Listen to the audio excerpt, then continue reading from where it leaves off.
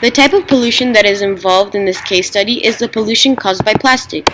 This pollution is a collection of marine debris. Now, what is marine debris?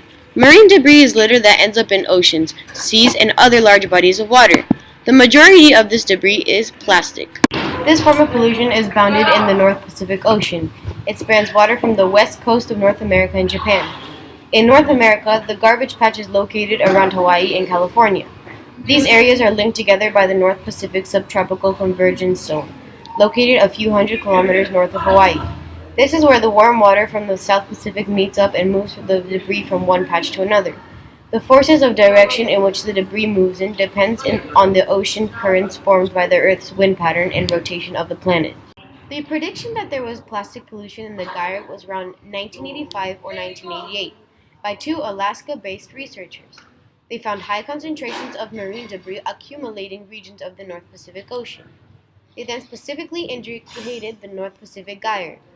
The Alaska-based researchers then declared that there was a plastic pollution in the Great Pacific Ocean Gyre. Later, Charles Moore, a scientist, discovered the garbage patch in 1997. This type of pollution is still occurring. More and more plastic is being thrown into the ocean.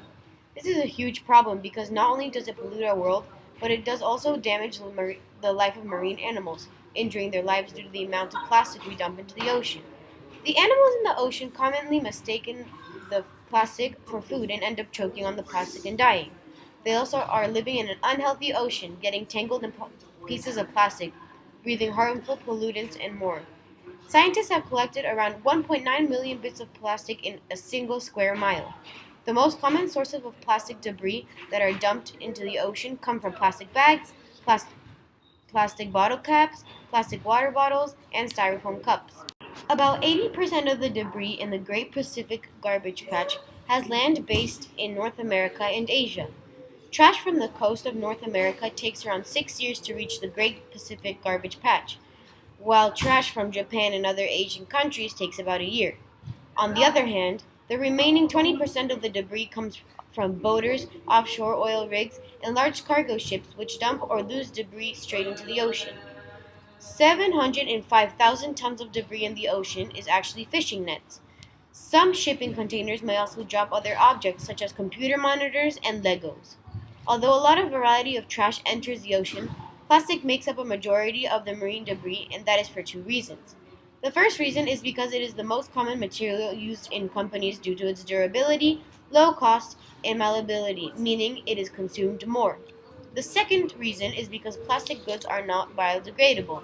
Instead, they break down into smaller pieces. We can use science in many ways. One of them is by using bacteria to accelerate the decomposition process of plastics in the Gyre. It is not easy to clean up all the plastic that is being dumped on the ocean, nor do scientists have the fun to make the process. Some scientists have developed huge nets to sweep up the trash that would eventually catch everything. Shockingly, the National Ocean and Atmospheric Administration's Marine Debris Program estimated that there is so much garbage in the ocean, it would take 67 full ships in 1 year to clean up less than 1% of the North Pacific Ocean. Charles Moore, the scientist who discovered this garbage patch, later had an expedition in 2014, which then he used aerial drones to assess from above the amount of trash below. The drones stated that there is 100 times more plastic by weight than previously measured. They then determined that there was permanent plastics in the ocean. Although there is a lot of research going into this on how we can clean up the ocean, the main idea scientists are proposing is to use biodegradable plastics, so this decreases the amount of plastic polluting the ocean. This is the easiest, fastest, and most productive way in which we can clean up the garbage patch in the Great Pacific.